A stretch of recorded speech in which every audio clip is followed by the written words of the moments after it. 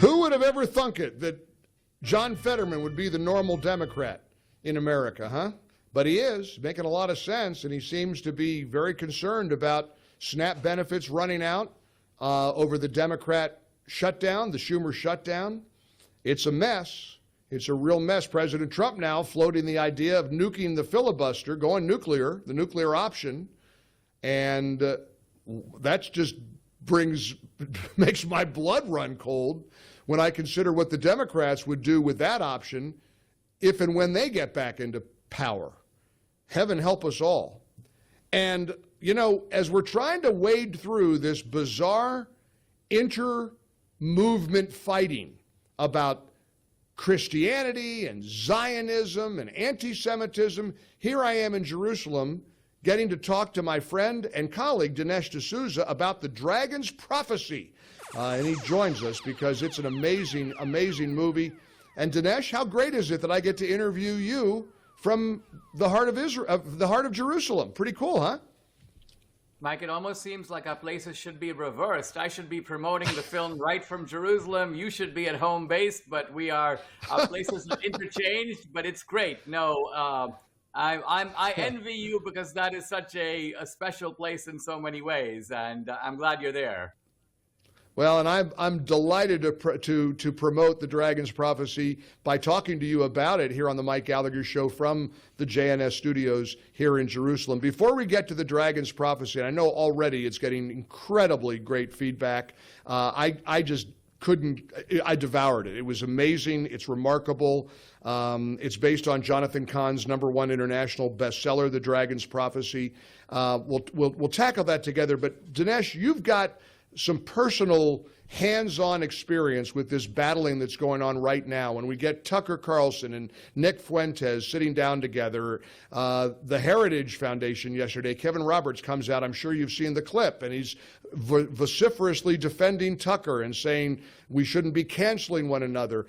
All of this hurts my heart because I know that a united right is needed to defeat the united left. And all this battling and bickering about what is right or wrong about Israel is kind of distracting, and it's counterproductive to what needs to happen right now. But Dinesh, I remember, correct me if I'm wrong, I think you debated Nick Fuentes, and you shared that our dear friend and colleague Charlie Kirk was not happy with that. He didn't want Nick to be platformed. Make no mistake, Charlie Kirk was no Nick Fuentes fan. Can you share with us a little bit of that backstory and pull the curtain back a little bit? And then more importantly, give me your take on this battling that's going on right now between Tucker and the rest of, conservative world.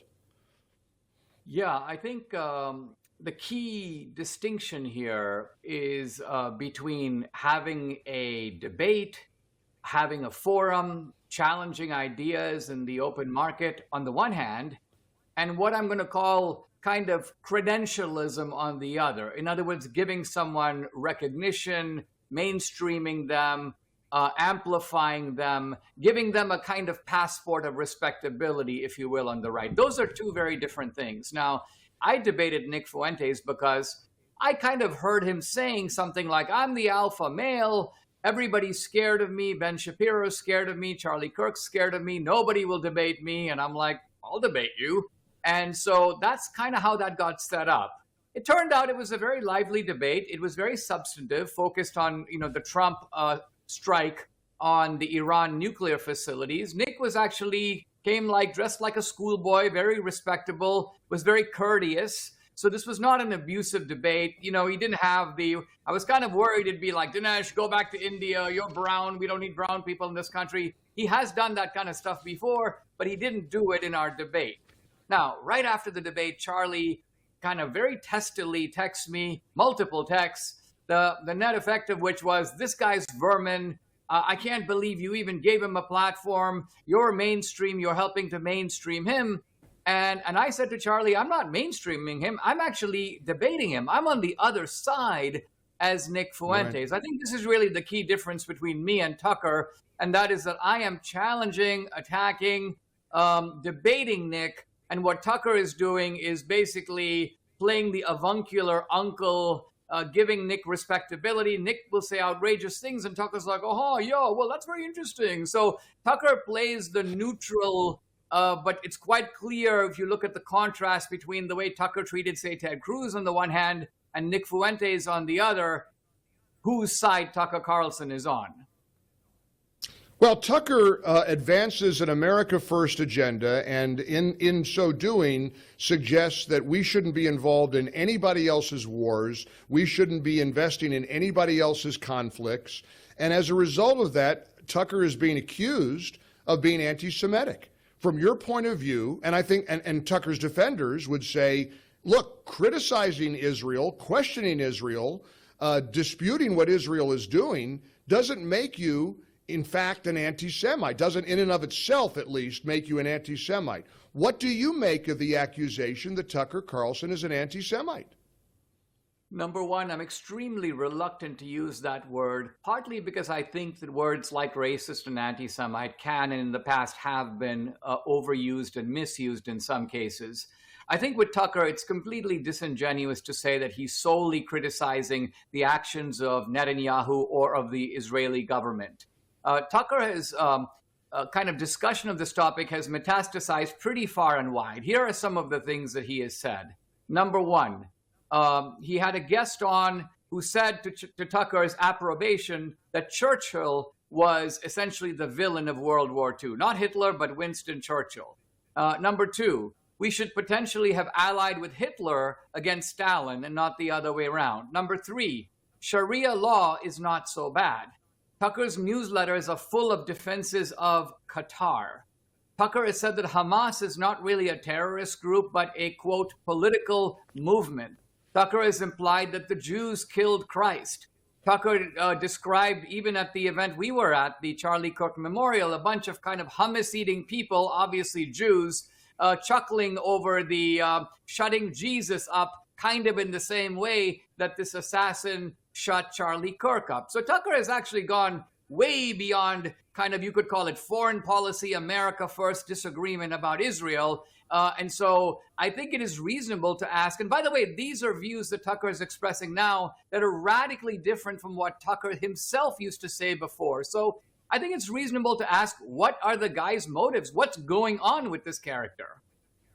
Well, I'll add one to your list, and I watched the Nick Fuentes interview that Tucker did with on his platform, and Tucker expressed, and I played the clip a moment ago, he dislikes Christian Zionists more than anyone. He thinks that's Christian heresy, and of course, you look up what it means to be a Christian Zionist. We believe that the Jews have a right to the land of Israel, that Israel has a right to exist, and that it's biblical prophecy, and Tucker dislikes those of us who believe in that more than anyone else. And I have to admit, as a longtime Tucker fan, I'm kind of shocked at that. Should we be ashamed to be Christian, so-called Christian Zionists? You know, the weird thing here, Mike, is that these sort of advocates of supersessionism or replacement theology, they act like they're doing some interdenominational argument with dispensationalism, as if you and I spend all day talking about what's going to happen week by week in the end times. The Pope, not exactly a dispensationalist, obviously not a Protestant, just came out and basically said there's no Christianity that's not anchored in the Old Testament. That right. Jesus is a product of the prophets and of Abraham, and there's a sort of straight and continuous line running from the Old Testament to the New. So this is not dispensationalism. This is the mainstream of Christianity, what C.S. Lewis called mere Christianity, going back 2,000 years. That's what they're attacking. Dinesh, I want to, of course, talk about the dragon's prophecy, but one more point on this debate going on right now online and on air among conservatives. You and I have a history here about confronting and challenging, and yes, I guess we'd say platforming people with whom we disagree. Years ago, I was in touch with the Westboro Baptist Church crazies. Those people would go protest outside the funerals of people who suffered terrible deaths. And it was awful. They were going to protest outside those kids, those Amish kids that were slaughtered. They were protesting out of various high-profile funerals. And I struck a deal with them. I said, look, because they wanted to come on my show. And I said, look, if you come on my show and promise not to protest at one of these funerals, you could debate a friend of mine, Dinesh D'Souza. Would you be willing to do that? Do you remember that? That had to be 15, 20 years ago. I do remember it.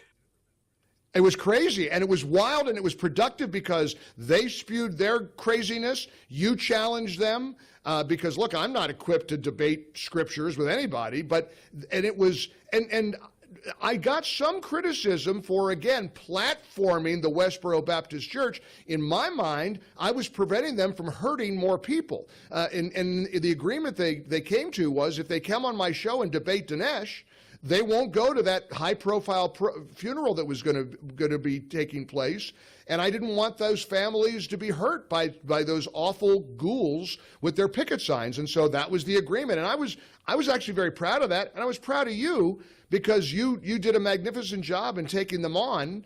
But it's the same kind of argument here. Tucker shouldn't platform Nick Fuentes. He needs to.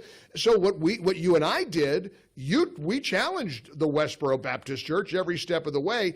I think the criticism Tucker's receiving is he didn't do enough to challenge Nick Fuentes the other day. Yes, I think that here's my disagreement really with Charlie in that series of texts.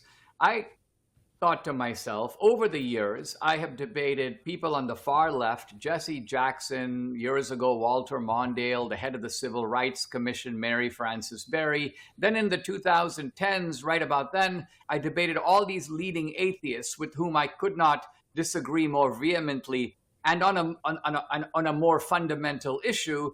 So why would I be willing to debate people on the left and the far left and not be willing to debate Nick Fuentes? I'm in favor of challenging these kinds of ideas. My worry with Tucker is really something quite different, and this is where Kevin Roberts kind of either missed the point or tried to shift the focus. It's not about canceling anybody. It's not about shutting down free speech. It's ultimately about what do we stand for on the conservative right.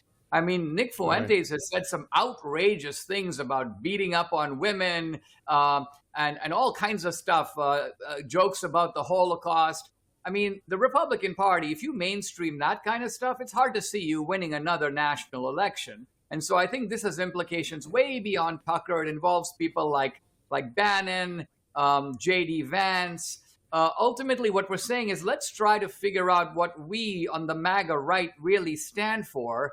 And that's a quite separate issue from whether or not it's a good idea to have open debate, which I think it obviously is.